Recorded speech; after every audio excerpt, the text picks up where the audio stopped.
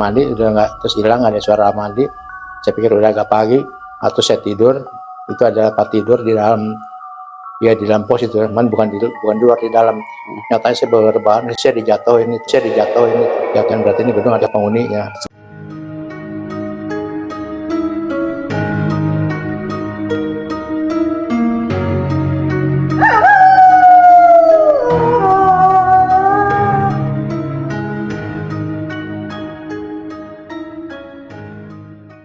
Assalamualaikum warahmatullahi wabarakatuh. Kembali lagi sama gua Lukman bersama Sangga ceritanya para manusia.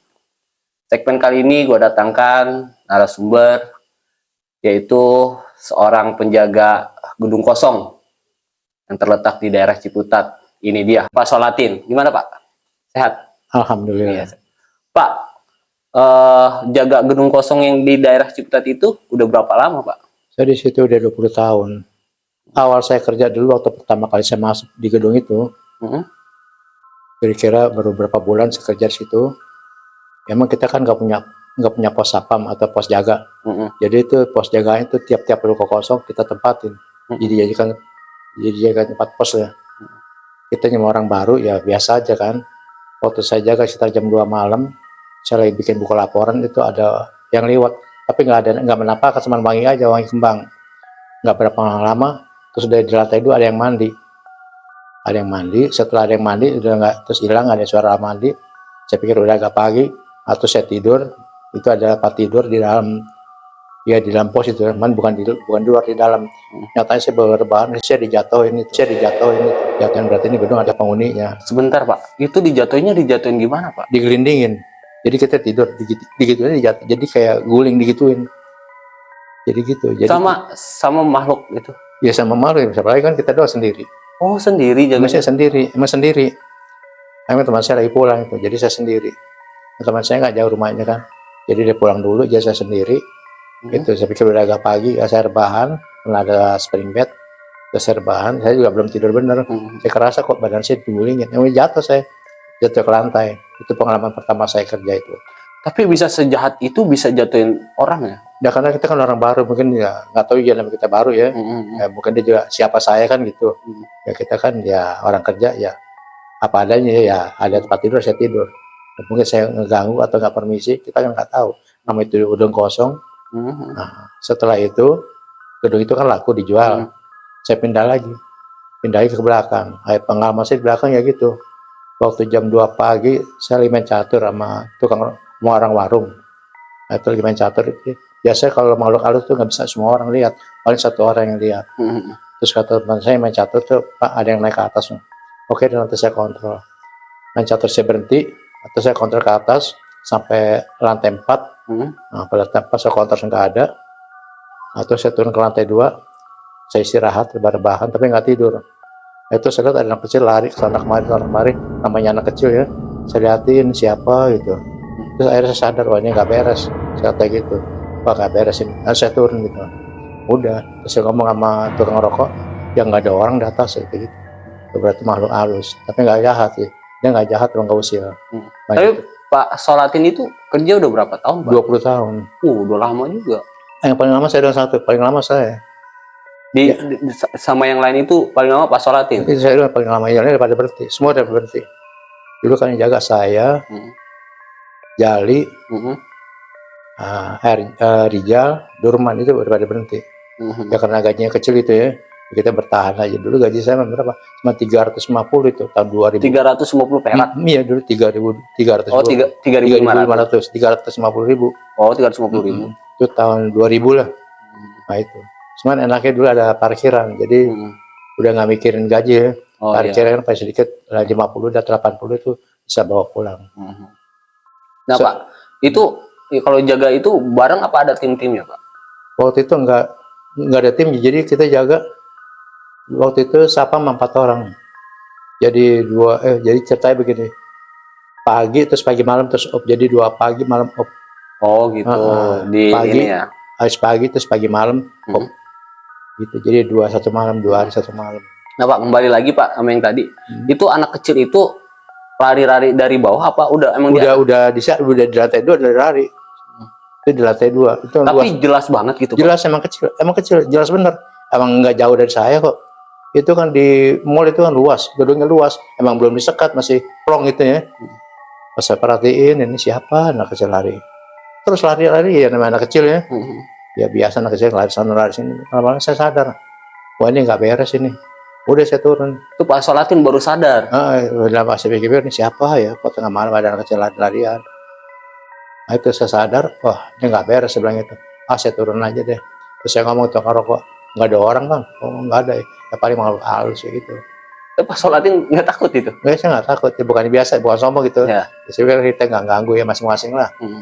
Terus di situ terus kira-kira berapa hari terus naik ke lantai 4 paling atas paling dekat itu ada perempuan. Perempuan itu. Tapi nggak jahat, emang nggak jahat. Itu orangnya nggak usil. Terus di blok F9 itu juga ada. Kalau F9 perempuan itu 3 orang. Itu 3 orang. Karena pernah ada yang lihat, ini ada perempuan. Ada saya bilang perempuan 3 orang. Ya tadi saya lihat, oh syukur ya kalau bisa ngeliat itu. Itu ada yang orang ngontrak di F9. Itu ngomong sama saya. Ini ada penghuninya. Saya bilang ada Pak perempuan. Iya benar tadi saya lihat Pak. 3 orang. Oh iya benar. Tapi nggak jahat kok. Nggak ganggu tapi. Nggak ganggu. Di situ nggak ganggu maksudnya. Tapi nampaknya benar-benar nampaknya. Nampaknya jelas sebenarnya. Jadi nampaknya bukan blok begitu ya. Jadi kelihatan kayak bayangan itu, tapi jelas mana perempuan. Jelas emang 3 orang. Waktu yang ngontrak nanya itu juga, di sini ada penghuni, ada sebenarnya nggak ganggu. Saya bilang ini perempuan. Iya Pak, bener Pak perempuan. Itu nggak ganggu. Iya emang nggak ganggu sih. Yang penting kita jangan melain atau jangan sombong kan itu aja. Masing-masing lah kalau saya kan gitu. Iya benar-benar. Tapi kalau jaga nih Pak Solatin itu berdua apa sendiri? Jaga sih sebetulnya waktu itu bertiga. Tapi kan ya nggak langsung bertiga semua jaga. Ya ada yang tidur kan gitu. Gantian. Ada yang di depan, ada yang di belakang. Saya di belakang gitu. Tapi kebanyakan yang sering melek malam saya gitu. Tapi kalau yang benar-benar nampak gitu, Pak Solatin benar-benar nampak gitu ke depan, Pak Solatin pernah? Ya nampak sih, tapi kalau lihat bayangannya iya, tapi penampakan diri dia enggak. Saya pernah ngontrol tuh kita jam 2 pagi deh ngontrol, namanya kita security ya. Jadi kita ngontrol keliling. Pernah saya dipotong lagi lewat, dipotong, dia masuk ke gedung. Itu terus waktu saya bikin laporan, nulis buku laporan tuh tengah malam. Itu ada yang lewat dari belakang ke depan. Saya tanya teman saya yang orang kebatinan, iya bener dari belakang. Saya nanya dari mana Pak yang lewatnya? Itu dari belakang sampai sini lah, iya bener. Bang Malik itu orang kebatinan. Saya pernah ngobrol, iya bener. Itu hitam tinggi tapi nggak bisa kelihatan. Tapi tinggi bener emang, saya lihat tinggi bener. Itu nyata. Saya lagi bikin buku laporan, siapa yang lewatnya dari belakang. Pas sampai percetak siapa soal hilang. Terus saya ngomong teman saya kan orang kebatinan tuh, iya bener. Lewat dari belakang, kata teman saya orang kebatinan, iya bener ada. Kan nggak usil, dia nggak usil. Makhluk kalau saya memang banyak, tapi nggak jahat. Kalau saya bilang nggak jahat, emang nggak jahat. Tapi kalau nampakin ya sering ya? Nampakin sering, tapi nggak jahat. Paling nampakin bayangan saya lewat. Saya bilang ngomong tadi saya ngotot ada yang motong sini nih. Di dekat lapak si Budi itu. Tapi teman-teman dari Pak Solatin itu nggak pernah ada yang pernah lihat nggak? Nggak tahu dia nggak pernah cerita sih, mungkin dia nggak pernah ketemu kali ya. Apa diam-diam kali kalau cerita? Diam kali. Tahu nggak pernah. Ya pernah ada yang cerita sama saya tuh Pak Japra itu. Pak Japra itu ada yang manggil, terus ditimpuk. Yang manggil nggak ada orang ya. Pernah cerita sama saya. Yang ngotot di belakang ada yang manggil pra. Saya nggak ada orang, tapi saya ditimpuk katanya. Lari itu Pak Japra. Teman saya juga dia. Ya teman saya security juga. Waktu dia jaga malam, dia ngotot ke belakang, ya ada yang manggil, dilihat nggak ada, terus dia ditimpuk katanya. Teman saya juga Pak Japra itu lagi ngontrol di belakang. Itu ada berapa lantai Pak gedung itu? Gedung itu kalau depan 4, blok A 4, kalau blok kemarin 3. Pokoknya dari B1 sampai F sampai G itu 3 lantai. Kalau mall itu semuanya 3 juga 1, 2, 3 mendadak jadi 4 mendadak deh. Tapi selama Pak Solatin jaga di situ, maksudnya cuma ditampakin tapi nggak pernah sampai diusilin? Enggak. Dia mah nampak doang tapi nggak jahat. Ya kalau di basement iya, tapi emang nggak ada orang nangis. Itu kan dulu ada yang jatuh korban ya. Maksudnya jatuh gimana? Jatuh dari itu udah kan dibangun bangun mall. Ya, mungkin nggak tahu ya, mungkin apa dia tuh jatuh meninggal katanya. Itu di basement ada paling bawah. Itu kalau kita bisa dengar ada yang nangis. Kadang orang pada nanya Pak, ini ada yang nangis. Iya saya bilang bekas orang kerja pada jatuh. Kan kita nggak ngalamin yang kerja siapa gitu ya. Itu kan di bawah ini tahun 82 apa 8 berapa itu? kalau nggak salah itu dibangunnya. Semua ada yang nangis di pojok. Itu di basement. Ya kalau orang biasa sih nggak dengar emang. Tapi kalau punya sedikit punya pegangan itu ngerti, tahu deh. Paham. Ada yang nangis. Emang sebenarnya ada yang nangis ya. Dulu ada yang jatuh di sini orang kerja. Saya kata gitu. Tapi nggak usul. Emang nggak usul. Di Megaman nggak usul malu. Yang penting kita jangan sombong, nyata kabur. Kan gitu. Jangan nantang lah itu ya. Soalnya masuk halus. Nggak berapa lama saya jaga tuh. Kira-kira berapa bulan tuh. Terus datang bos yang punya mall. Dia tuh bawa feng shui. Ya kalau kita bilang mah dukun. Jadi kalau Cina bilang itu feng shui. Feng shui orang Cina bilang begini. Lagi itu pernah ke atas sama bos. Kontrol di atas. Kedua kali datang saya tanya. Pak nggak naik ke atas nggak apa? Soalnya gitu diprototin di atas. Gede hitam. Oh iya, kalau saya pernah ngalamin, tapi anak kecil. Ya mungkin itu anaknya kali kata gitu ya. Dia nggak berani naik. Padahal siang itu. Kok nggak naik ke atas Pak? Nggak, saya takut. Kalau saya diprototin udah di atas. Itu dukunnya bos lah. Dukun aja takut. Itu siang padahal. Siang bos. Siang. Masa nanya nggak naik ke atas Pak? Apa? Saya diprototin Robo Gunung. Hitam waktu gede hitam. Ya saya juga pernah lihat, yang saya kecil. Si anak-anak mungkin itu anaknya, saya kata itu ya. Ambil humor mungkin itu anaknya. Nggak berani naik ke atas. Ada hal cerita apa lagi Pak selain itu? Paling itu aja. Makhluk-makhluk itu paling nggak ganggu, paling sekali duduk. Kadang bos tuh ada yang lewat, cuman lewat aja. Cuman nggak kelihatan, cuman hitam tinggi gede, emang nggak bisa dilihat. Cuman bayangannya tinggi gede. Kalau nggak salah pundaknya bisa berapa meter ya? 5 meter tingginya, pokoknya pas lantai 1 ya tinggi gitu. Yang nggak jelas ya. Anak sekolah, biasa juga sama Erwin lagi jaga malam. Itu uji nyali. Emang saya tunjukin di sini lantai 2 anak kecil, anak hitam sebenarnya. Ada apa acara uji nyali? Acara uji nyali itu anak sekolah. Anak sekolah mana dulu ini? Yang lagi itu ya minta izin sama kita tuh. Anak sekolah mana? Kenal gue, Pamulang apa kenal ya? Apa dari Bogor ya? Dari Bogor ya? Dari Bogor. Dia minta unjuk di mana apa yang ada penghuninya. Saya bilang ada. Dia di lantai 2 anak kecil hitam di lantai 2. Nanti kalau di atas lantai 4 tuh ada di lantai 4 ya. Itu perempuan. Ya kalau mau uji nyali silahkan di situ. Nanti kalau ada apa panggil saya di bawah. Udah nggak lama lagi terus turun dari atas. Apa bawah itu kemasukan di atas. Saya naik ke atas, lari ke atas. Udah saya netralin itu. Ya alhamdulillah. Gitu doh tuh ya. Masih bilang ini di sini ada. Tapi sebelum naik udah dikasih tahu. Udah dikasih tahu. Dia kan minta dulu. Yang ibadah apa yang ada di sini ini anak kecil di lantai 2. Nanti di atas tuh perempuan seperti gitu. Ya kalau mau ya di atas ini aja deh. Ya sih benar emang masuk surupan langsung ya. Mungkin nggak senang kali ya. Iya. Tapi benar-benar angker kalau emang ada yang uji nyali langsung di kesurupan kayak kesurupan gitu. Emang. Turun ke bawah minta tolong. Oh tolong Pak kenapa? Itu cuma saya di atas kesurupan ya. Ya udah saya naik ke atas. Saya omongin tak izin maaf aja ya bilang gitu. Kalau keganggu maaf. Dia kan tamu saya bilang. Tolong jangan ganggu deh saya bilang gitu. Akhirnya normal ya. Itu aja. Oke kita lanjut. Ini narasumber kita yang kedua. Ini pun salah satu tim dari Pasolatin. Nah dia masih kerja menjaga gedung kosong yang di daerah Ciputat. Dia Bang Erwin. Gimana Bang Erwin? Sehat?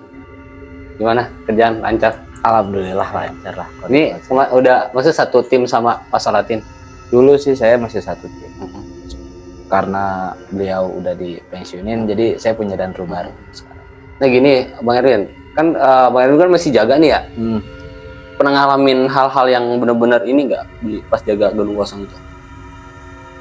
Kalau untuk dari saya kerja kemarin, awal saya kerja mah untuk beberapa bulan, berapa tahun gitu kan, saya udah lumayan lama di situ juga, sekitaran 4 sampai 5 tahun juga kerja nih. Saya masuk di situ tahun 2017. 2017 itu emang di situ kondisi ya emang gedung kosong. Aktivitas ada cuman di siang hari doang. Kalau untuk di malam hari emang sepi, nggak ada orang sama sekali lah. Karena di situ juga tempat pusat percetakan gitu, bukan dibilang mall juga bukan, dibilang ruko-ruko, cuman isinya percetakan semua.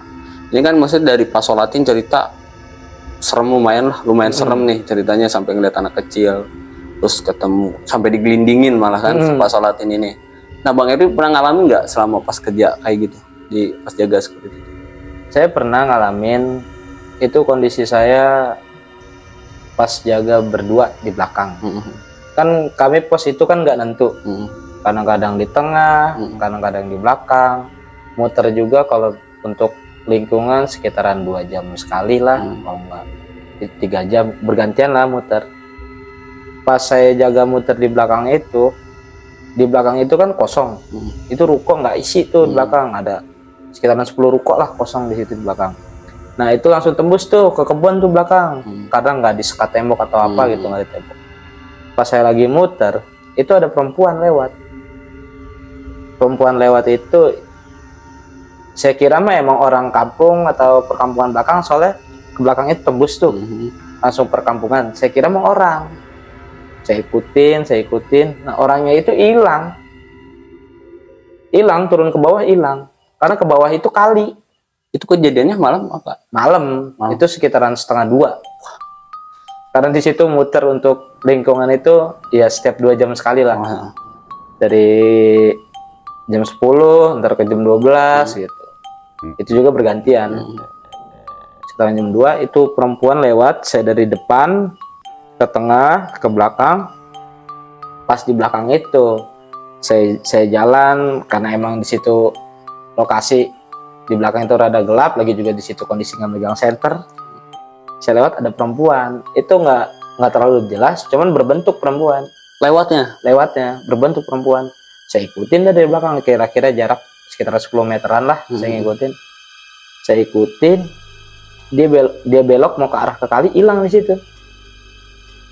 Nah, daripada saya ikutin terus taunya bukan orang lah kan, saya takut. Saya balik aja lari, saya ngadu ke teman saya. Tadi gue habis tongolin sama orang. Iya, orang tiba-tiba hilang gitu ya. Bukan orang kali itu mah, kayak gitu kan, saya gitu. Bukan orang kali mah, ayo kalau mau lihat lagi yuk katanya. Pas saya samperin memang kagak ada siapa-siapa, karena di belakang itu kebun. Jatuhnya udah kali terus kebun. Nggak ada rumah sama sekali ya? Rumah itu juga berjarak lah sekitar 15 meter tuh dari jauh. Makanya itu pengalaman saya tuh pas jaga malam begitu. Itu di tahun ya mau tahun kedua saya kerja di situ. Di jaga itu gedung kosong itu? Jaga gedung kosong. Ya kalau dari orang-orang lama, teman-teman saya kerja yang lama di situ mah emang tempatnya dibilang angker, ya angker untuk lingkungan situ. Gitu. Banyak ya kejadian penampakan, sampai suara orang-orang minta tolong lah. Mistisnya paling begitu aja lah. Tapi maksudnya emang kayak rumahnya kali ya, emang karena udah lama di situ, jadi kayak rumahnya dia aja udah gangguinnya yang di situ doang kali. Iya mungkin. Nggak keluar-luar. Ya karena mungkin kalau untuk orang-orang baru pertama kerja gitu, pengenalan lah. Iya benar. Antara dunia kita sama dunia dia gitu. Lingkungannya berbeda, nggak sama. Kosong di lingkungan situ berdiri ya katanya sih udah sekitar tahun 80-an kali situ berdiri itu gedung. Terus apa lagi tuh hal yang benar-benar yang benar-benar yang sampai lu kapok nih buat muter, pernah nggak? Lu jaga nih misalnya sampai lu kapok nih, gue takut tuh muter, pernah nggak? Kalau dibilang kapok sih enggak, karena itu kewajiban kita ya sebagai security. Tapi untuk trauma sih pernah. Kalau trauma itu lagi, jadi jatuhnya itu mau mendekati puasa, ya jin-jin mau dikurung lah atau apa gitu. Jaga kondisi di belakang itu kan emang kosong. Nah di situ ada satu rumah yang kami sebut mah rumah pompa. Jadi rumah pompa itu tempat tangki air. Nah di belakang tangki air itu ada pohon beringin satu di situ bang. Pohon beringin, cuman nggak gede, kecil sih. Nah ketika saya lagi sholat malam di situ, saya biasalah sekitaran jam 1 sholat zikiran apa segala di belakang. Ditongolin bang, badan gede, itu lewat. Sholatnya saya udahan itu, saking gemeterannya, sampai merinding saya nih. Tuh kalau mau lihat tuh. Terus gimana tuh? Udah tuh lewat tuh ke belakang, saya bacaan aja itu ya. Kondisi emang digembok itu pintu. Soalnya kan di situ ada gerbang, karena di situ banyak mesin. Takutnya kalau nggak digembok mesin pada hilang lah. Sholat di situ, itu ada tuh bayangan lewat. Ya di rokaat mau terakhir lah, mau ini ngucap salam terakhir, lewat di belakang, lewat depan saya ke belakang. Nah ya namanya orang udah takut udah apa itu, Pas mau terakhir itu udah saya kabur, buka pintu kunci, saking gemeterannya kunci sampai jatuh kan, buka pintu kunci kabur. Set, saya ngadu nih ke depan nih, saya berdiri di pos sampai keringat dingin. Saya bilang, teman saya itu si Andi, saya bilang, di belakang ada orang noh. Orang, iya ditongolin gue sama setan gitu. Kenapaan? Tahu tinggi banget, gede. Emang katanya sih kalau di situ sering berkeliaran. Dibilang gundurwo, cuma dia tinggi gede apa? Tahu gundurwo atau bukan dah itu mah. Orang jelas kok, set lewat ke belakang. Udah tuh kabur ke depan saya, kabur ke depan, udah nggak ke belakang lagi tuh. Malam itu saya nggak ke belakang. Nah karena di belakang mungkin kali jalurnya dia apa dia lewat kali lewat situ. Soalnya di belakang saya ada penberingin. Dia pulang kali. Mungkin penberingin juga nggak terlalu gede, sekitaran inilah 8 meter, nggak terlalu besar gitu. Lewat situ muter ke belakang, udah tuh saya bilang, udah gua kalau ngontrol ke belakang siang aja lah, kagak malam banyak banget begituan, jadi ngeri kalau muter ke belakang. Padahal belakang itu nggak terlalu gelap, cuman emang kosong aja. Mungkin karena kosong kali, aktivitas mereka mungkin di situ. Tapi kalau pas jaga ada yang nangis dengar itu sering. Ada pernah kejadian kalau di belakang itu di G9. G8 G8 itu kan gudang. Nah, gudang itu ya biasanya tempat tukang tidur. Tukang ini apa kayak renovasi gedung. Belakang tukang tidur. Belum lama kok kejadiannya. Paling baru 4 bulan lalu lah. 4 bulan lalu. Masih baru banget tahun sekarang. Baru banget tahun sekarang. Saya jaga. Itu kondisi maghrib. Mau menjelang maghrib lah. Jadi pas azan maghrib, orang tukang itu manggil ke depan, manggil security. Saya kira mah dia kenapa ya?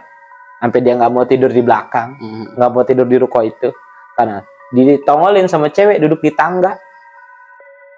Jadi kondisi lantai satu itu tempat mebel, tempat bikin lemari atau furnitur lah untuk di Mega Mall. Nah di lantai 2-nya itu tempat tidur dia.